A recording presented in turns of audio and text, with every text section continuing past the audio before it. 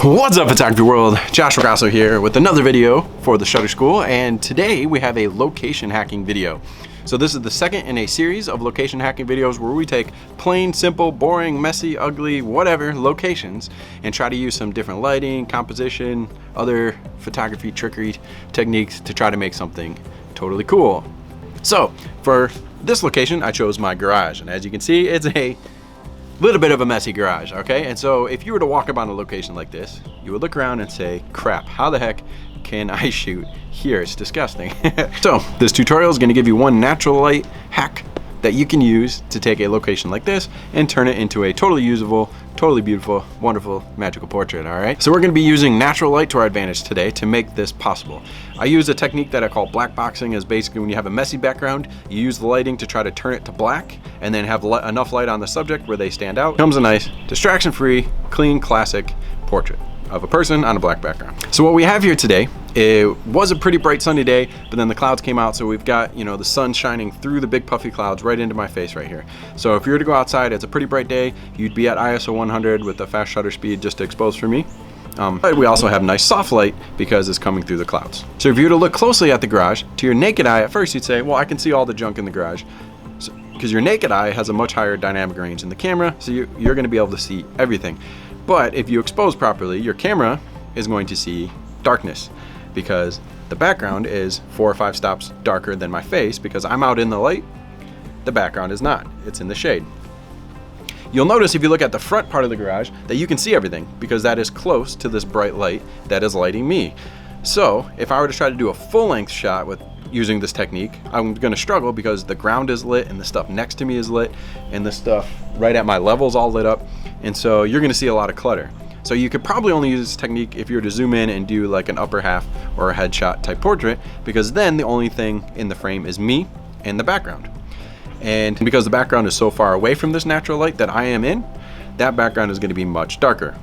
So we're taking advantage of this nice contrast ratio. You're looking for contrasty light. You don't need a garage door to use this technique. You need anywhere that you have some deep shade and next to bright light. We call it open shade. If you stand right to the edge of that shade, looking into the bright light, then you're gonna have this nice wall of light hitting you or hitting your subject, and then the background's gonna go to black pretty quickly. I've run into this in many scenarios, like on weddings, before, like you're gonna find this scenario a lot of times when you have a building next to the outside. Anywhere where a building and outside meet, or anywhere where a cover and outside meet, maybe you're next to a really deep, low trimmed tree and you've got some nice deep shade, you can pull this off. Awnings, entryways, sheds, you know, all sorts of scenarios where it's gonna be deep shade inside, bright outside, you can make this technique happen. So for the camera setup, I've got another camera with a 50mm 1.8 and my remote trigger on it so that I can do self-portraits to show this technique. I like the 1.8 for the scenario so that I can get a nice quick fall off, so if there is any background, so that it will become blurred out and become even less distracting. So sometimes when you do this technique, it might not be a complete black scenario. Maybe it's just like 4 stops darker than the subject. That's still enough to really separate the subject from the background and really make a huge difference. And then you can kind of cheat in the edges, burn in the edges and stuff to kind of get it close to black. But if it's really bokeh out and blurry, it's gonna be a lot easier to deal with that background. Because it's a nice classic portrait where I'm gonna be up close in my face, to make sure I'm blocking as much of the middle and lower background as possible, that having that shallow depth of field is gonna kind of give it a nice soft at the real kind of look. All right, so let's jump in front of the camera and see what kind of portraits I can make.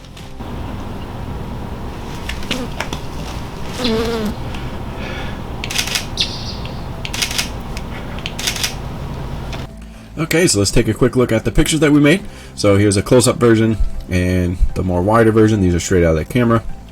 What you're gonna see, as you can see a little bit of the background, so the difference in lighting on my face and the background wasn't strong enough to make it completely black, but it was pretty close.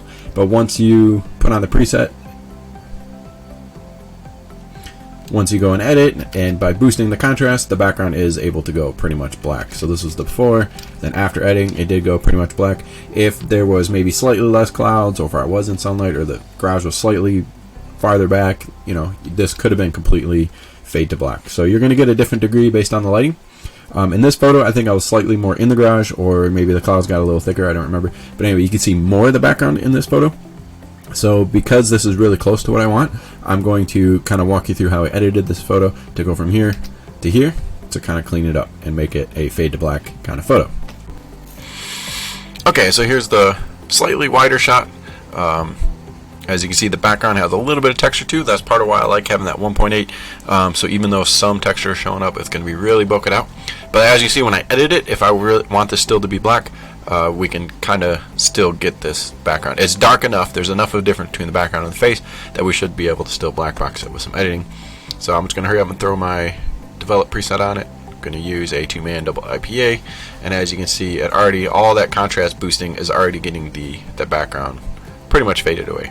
So I'm going to boost the exposure a little bit, get my face where I want it to be, and then to get the background, if I want that texture out, I can take the blacks down a little bit and maybe the shadows down a little bit, and you'll see most of it goes away. There's enough texture there. If I really want to push it, what I could do is take the exposure down a little bit more and then come back in and brush the face in a little bit brighter.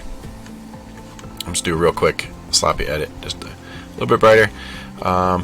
Cool. Or even make another brush and put the exposure down and then kind of clean up any of the spots I don't want to be bright, like this one right by my face. Now you might like that texture and that might add some dimension to the photo, and you can leave it. I'm just going to clean it up to show. So anyway, there it is. Even though it wasn't 100% black box, just with a little editing, you can kind of finish the job. So anyway, I think these two photos turned out really awesome. I like the fade to black look. I like the natural light on the face. I like the contrast. I like the most that it looks like a high-end studio and it's really a messy garage. Okay, so one thing to point out is if the lighting changes and becomes a harsh light scenario, it's going to change how I shoot this a little bit.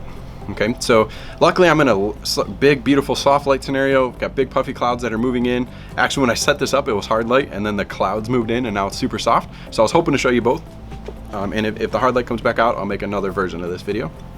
But just to point out some things to keep in mind. Because this light is so even and soft, I could be in front of the garage and be brightly lit and give that background enough time and enough distance to fade to black. If the sun were to come out, now all of a sudden I become much brighter, so actually that fall off becomes much easier because I'm like twice as bright than I am right now. But the only problem is I'll be in hard light. So if the sun is in a position that where the light is too harsh for your subject, you might not want to have them actually in that hard light, and they're going to have to go into the garage. So there will end up being a line of shade where that open shade starts, and as long as you stand right up to that edge of that open shade, you should be able to do this technique. The only problem would be if the sun gets too low and it's shining halfway into the garage or 3/4 of the way into the garage. Now all of a sudden you only have this skinny space for that light to fall off.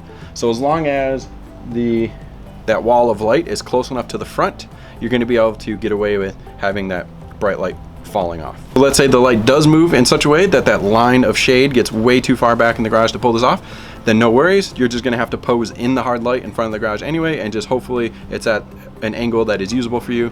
Guys can get away with hard light more often usually than girls, but if you get the pose right, you can get even girls looking good in it. You're just going to have to work the pose a little bit. The advantage of being in the hard light is when you're in the sun itself, it's so much brighter than the background that it gets easier. All right, so hopefully that example of a location hack helps show you a way that you can take natural light, use it to your advantage to black box a situation that is ugly and you want to hide and still make a nice clean portrait. I'd love for you to go out and try finding your own garage space, black box opportunity to use natural light to your advantage so that you can make your own portrait just like this. If you don't have somebody to practice on, do self-portraits like I'm doing. Get yourself a timer. I have a video that I made in the beginning of the series on how to do self-portraits if you don't know how, so you can get out there and practice. Feel free to share those photos with me, share them on the Facebook group, and so we can learn from each other. And if you liked the video, please like, comment, subscribe, share, do some stuff to help our channel grow. Thanks so much. We'll see you in the next video.